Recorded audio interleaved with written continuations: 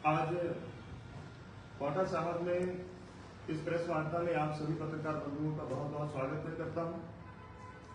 सभी को दीपावली की, बंदी छोड़ दिवस की और भाई दूज की मैं शुभकामनाएं देना चाहता हूं। आज हमारे साथ इस प्रेस कॉन्फ्रेंस में मौजूद हैं मेरे साथ मेरे आदर्श रहे श्री देवेंद्र चौधरी जी, जो आजकल ओबीसी मोर्चा में प्रदेश में सदस्य हैं। मेरे साथ मेरे बड़े भाई श्री सुरेश सैनी जी, जिनको किसान मोर्चा मंडल अध्यक्ष का नया दायित्व मिला है। उनके साथ हरिंदर सैनी जी, जो किसान मोर्चा जिला में कोषाध्यक्ष के तौर पर अपनी सेवाएं दे रहे हैं। आप सब लोगों को जैसे कि विदित है कि पिछले दिनों हमारी मंडी समिति के चेयरमैन श्री सीताराम जी पहले तो बड़ी ही मुश्किल से लोगों के रूबरू हुए। बहुत दिन बाद उन्होंने समय निकाला और तकरीबन 10 बजे उन्होंने अपने मुंह से बताया कि वो 10 बजे मंडी में पहुंचे।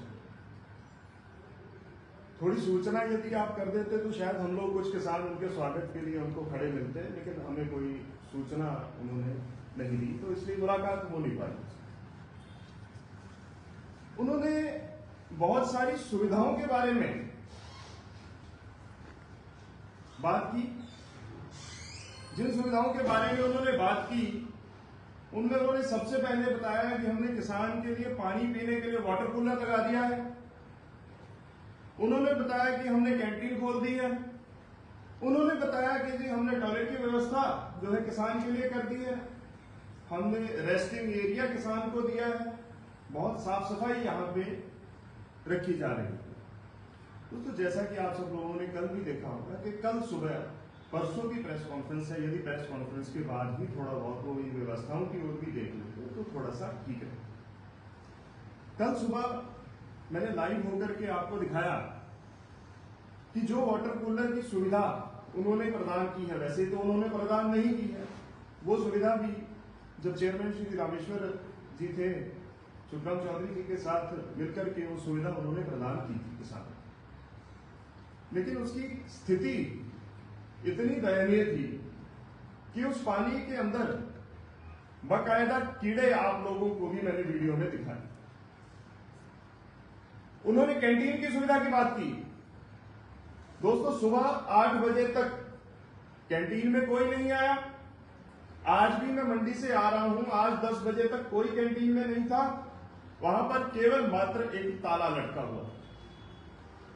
दोस्तों, किसान सुबह 4 बजे उठ करके मंडी के लिए आता है, भूख और प्यास से तड़पा होता है। यदि उसको हमने चाय पानी की व्यवस्था भी हम नहीं दे पाए तो यह बहुत ही हमारे लिए शर्म की बात। आपने सुविधाओं की बात की, आपने कहा जी हमने टॉयलेट की सुविधा किसान को दे दी है। वो टॉयलेट जिसके ऊपर ताला लगा हुआ था, बड़ी मुश्किल से रिक्वेस्ट करके हमने ताला खुलवाया। ताला खुलवा करके अंदर जो हालत देखी तो वो एक कबूतर खाने से भी बदतर थी। इन सुविधाओं का वो डंका बजा रहे हैं। मैं चेयरमैन साहब से कहना चाहूंगा कि भाई साहब, आप एपीएमसी के चेयरमैन हैं। आपने कहा कि एपीएमसी एक सर्विस प्रोवाइडर के तौर पर किसानों को सुविधा देती है। महोदय, मैं आपको जानकारी देना चाहता हूं, पहले भी मंडी समिति के लोगों को मैं बता चुका हूं कि आपके 14 में से केवल मात्र 7 झरने चलते हैं। धौला कुआं में आप ही लोगों ने कल भी न्यूज लगाई थी, केवल मात्र 1 झरना चल रहा है। बड़े ही दुख का विषय आगे उन्होंने कहा कि 10 अक्टूबर को पिछले साल मंडी चली थी। हमने बात की, हमने कोशिश करके 3 अक्टूबर को उन्होंने मंडी चलाई। देखिए, मैं समझता हूं कि शिलाई का जलवायु वातावरण कुछ और है। धान की फसल शिलाई में नहीं होती, किंतु यदि वहां पे फसल नहीं होती तो यहाँ के किसानों के साथ बैठ करके थोड़ी बहुत सलाह मशवरा करते तो उनको शायद जानकारी किसी किसान ने दी होती कि यहां का जो धान है वो कितनी जल्दी कितनी तारीख को तैयार होता है। हमारे साथ नवादा से पूर्व में प्रधान रहे, उप प्रधान रहे, आजकल मंडल के अध्यक्ष भाई सुरेश सैनी जी बैठे हैं। हमारी जो असल खातर की जो बेल्ट है, खातर शायद चेयरमैन साहब समझते हो, जो हमारी खातर की बेल्ट है उसमें तकरीबन 22 से 25 सितंबर तक 50% धान की कटाई हो चुकी थी। तो मंडी आप इस बार भी समय से नहीं चला पाए। आपने बहुत सारे आरोप किसान नेताओं के ऊपर लगाए।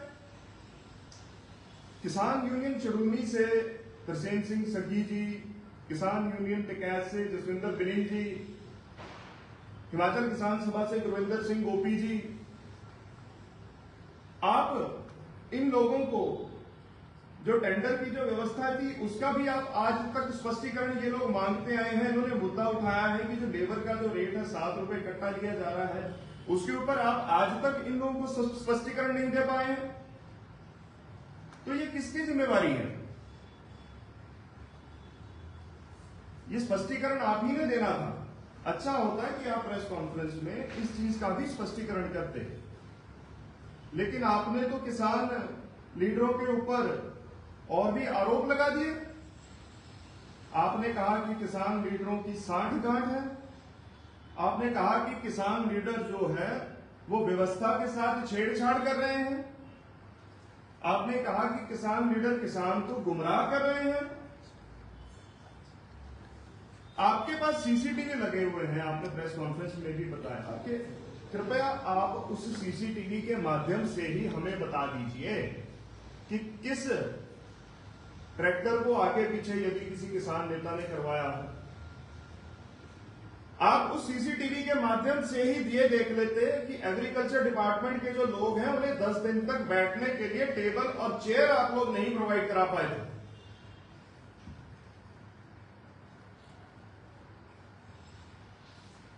किसान के ऊपर आरोप लगाने के साथ साथ उन्होंने पत्रकारिता के ऊपर भी आरोप लगा दिए।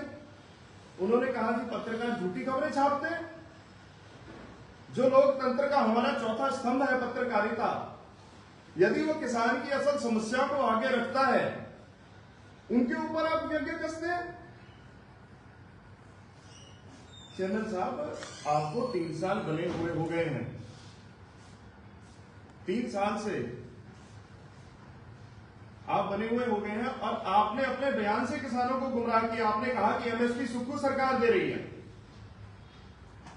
लेकिन चेयरमैन साहब आपको खुद पता होना चाहिए कि एमएसपी का जो विषय है वो केंद्र सरकार का है। केंद्र सरकार ने 69 रुपए जो है एमएसपी के अंदर बढ़ोतरी की है और पूरे देश भर के अंदर की है, केवल हिमाचल के अंदर नहीं की। यदि ऐसा था, यदि चलो हम आपकी बात एक बार मान भी लेते हैं कि यदि ऐसा था कि एमएसपी सुक्खू सरकार ने दी है, तो आपने मक्की की खरीद क्यों नहीं करा पाए? आप मक्की के ऊपर केंद्र ने एमएसपी दिया, मक्की की खरीद आप करवाते तो हम आपको जानते कि हाँ जी आपने बहुत बड़ा काम किया है, आपने बहुत बड़ी उपलब्धियां हासिल की हैं। आपने 16 अक्टूबर तक की डेट का डाटा कंपेयर किया। ये उन्हीं के आंकड़े हैं, मैं उन्हीं के आंकड़ों के हिसाब से बात कर रहा हूं। भाई आपने कहा कि पिछले साल 10 अक्टूबर को मंडी चली, 16 अक्टूबर तक 4,539 क्विंटल जो है धान तुले, और इस बार 16 अक्टूबर तक 3 तारीख को मंडी चली तो 9,664 क्विंटल धान तुले। इस चीज में आपकी क्या उपलब्धि है? पिछले साल की 6 दिन की खरीद में आपने तकरीबन 750 क्विंटल पर डे के हिसाब से खरीद करी, और इस बार 14 दिन की एवरेज आपकी 750 से घटकर 690 क्विंटल पर डे पे आती है। इसमें आपकी क्या उपलब्धि है?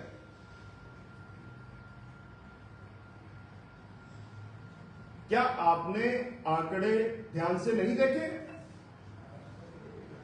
देखिए, हम मानते हैं कि आप चेयरमैन साहब कांग्रेस के बड़े नेता हैं, हमारी शुभकामनाएं हैं आप कांग्रेस के बड़े नेता बनिए, किंतु राहुल गांधी मत बनिए।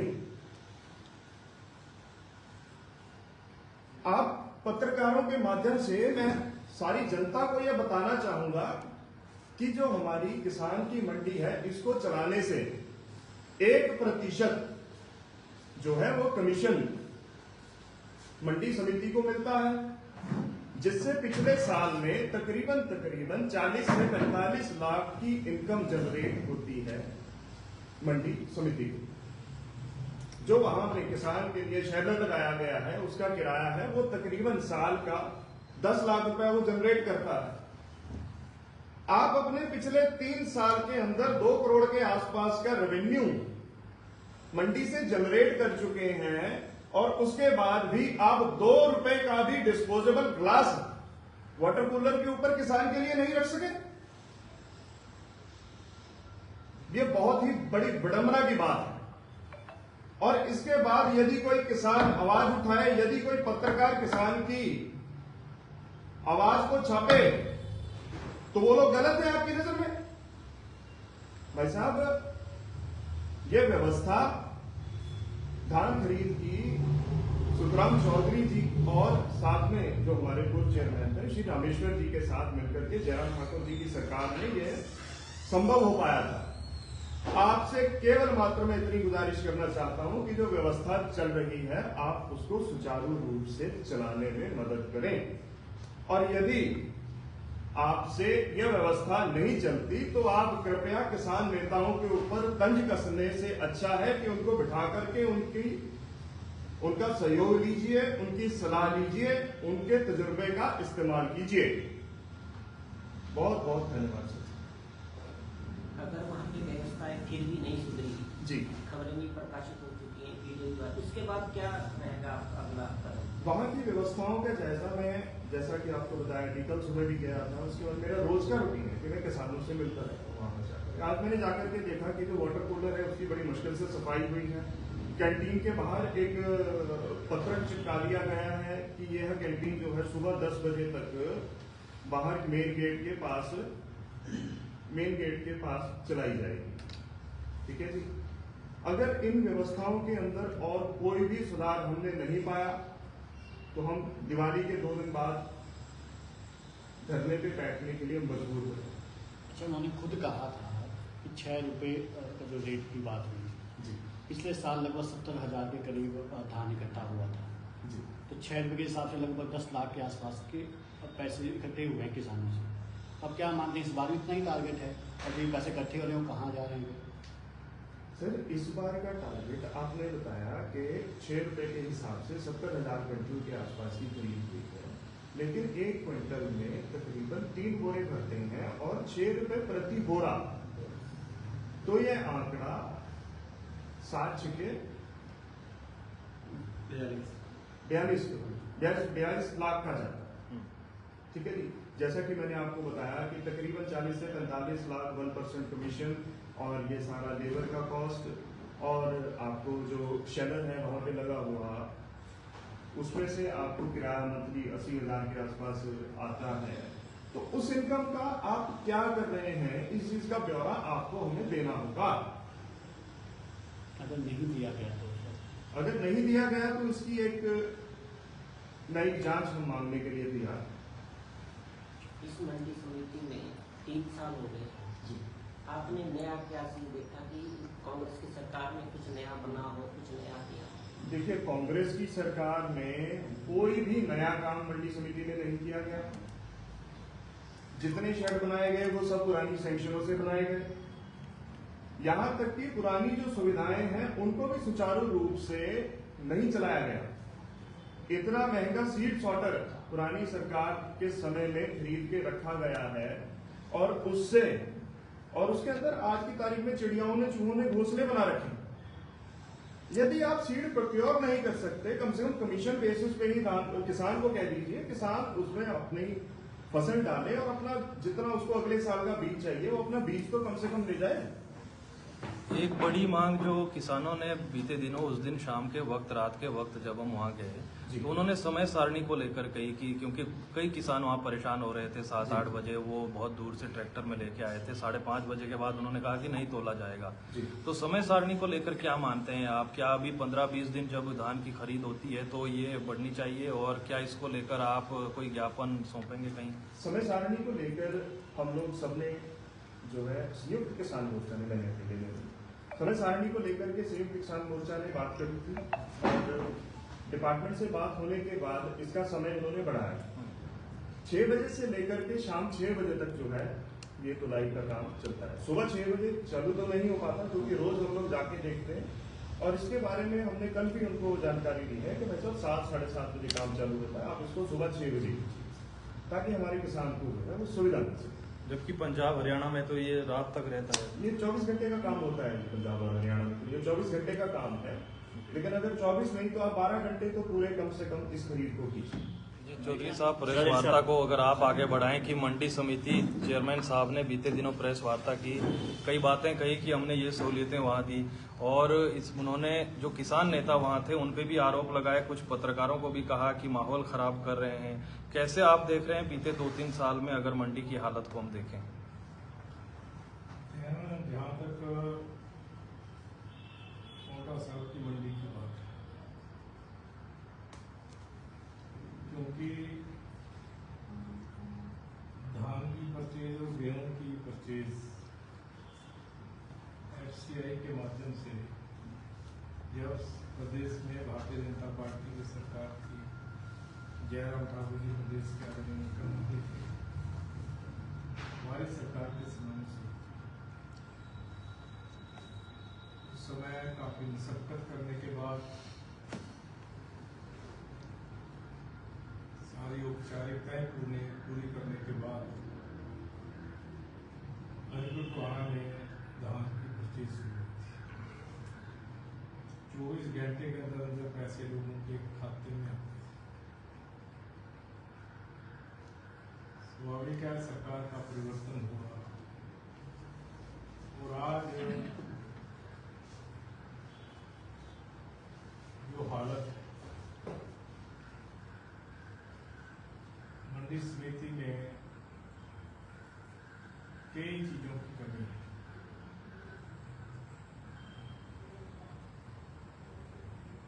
आदरणीय हमारे जो चेयरमैन हैं मंडी समिति के, उन्होंने उसके बारे में काफी कुछ कहा है। किसानों को दिक्कत हो रही है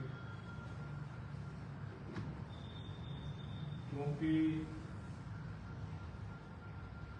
जब धान की खरीद शुरू होती है, ऊपर से रेनी सीजन था, तो स्वाभाविक है किसान आएंगे, समय पर धान की प्रोक्योरमेंट भी नहीं हो सकती, इसलिए उन्होंने कुछ आधारहीन आरोप लगाए हैं। उन आरोपों का मत नहीं, किसानों का केवल एक ही मकसद है कि किसानों का धान सही तरीके से खरीदा जाए, समय पर खरीदा जाए, समय पर उनकी पेमेंट हो। हरियाणा की तर्ज पर सारी सुविधाएं हमारे लोगों को मिलनी चाहिए। सुविधाओं की कमी है। मैं तो यही कहूँगा आदरणीय चेयरमैन साहब से, इस तरह की बातों में जाकर जो कमियां उनको पूरा करें। ये बात कहकर खत्म नहीं हो सकती कि भाई कुछ पत्रकारों ने कुछ बोल दिया, किसान नेताओं ने कुछ बोल दिया। आरोप लगाने से काम पूरा नहीं होगा। जो सुविधाएं किसानों को चाहिए वो सुविधाएं देने का प्रयास करिए ताकि सही रूप से किसानों को न्याय मिल सके। सर, क्या यही वजह है कि किसान आज भी हरियाणा धान बेचने जा रहे हैं? देखिए, यहाँ धान की परचेजिंग लेट शुरू हुई, फसल जल्दी आ गई। धान की फसल एक ऐसी फसल है घर में नहीं रखी जा सकती। जैसे ही धान आदमी तैयार करेगा तो उसे उसको मंडी में लेके जाना है। तो जब यहाँ पर धान की खरीद लेट से शुरू होगी, तो जो अर्ली वैरायटी है, जिन्होंने धान काट लिया है तो वो लेकर जाएंगे वहाँ, इंतजार नहीं करेंगे। और वहाँ पेमेंट भी वेटिंग टाइम होता है। सर 6 रुपये रेट का है उसको कितना बता दीजिए। देखिए, जहाँ तक रेट की बात है, वो तो जो हरियाणा है, पंजाब है, उसी पैटर्न पे रेट है। परंतु जो इस बार टेंडर हुआ, टेंडर में कि ये मेंशन नहीं किया गया कि ये जो 7 रुपये चार्ज किए जाएंगे प्रति बैग, 37 रुपये का बैग, 37 किलो का बैग होता है, वो किसानों से लिया जाए, उसमें मेंशन नहीं है। किसान भ्रमित हैं, किसान ये सोच रहे जब टेंडर हुआ है तो टेंडर प्रक्रिया में सरकार देगी। तो मैंने जो DFC के हमारे यहाँ के अधिकारी हैं नाहन के, कल वो मेरे पास आए थे, परसों मीटिंग थी हमारी दिशा की, उसमें मैंने मुद्दे को उठाया था। वो कल मेरे से मिलकर गए हैं, उन्होंने सारी बात मुझसे की, जो सुविधाओं की कमी है उनके बारे में भी मैंने बात की, उनको पूरा करिए ताकि किसानों को देखिए। थोड़ा सा चौधरी साहब, विषय से हट के सवाल है। बीते दिनों 29 करोड़ रुपए डाइवर्ट करने के आरोप लगे कि विधायक ने डाइवर्ट कर दिए, कांग्रेस के कार्यकर्ता ने, उसमें भी असमंजस की स्थिति है, थोड़ा सा अगर साफ कर पाएं आप। देखिए, वैसे तो उसका कद इतना बड़ा नहीं है, मैं उसकी बात करूँगा, लेकिन आरोप बहुत बड़े हैं। परंतु जानकारी नहीं है।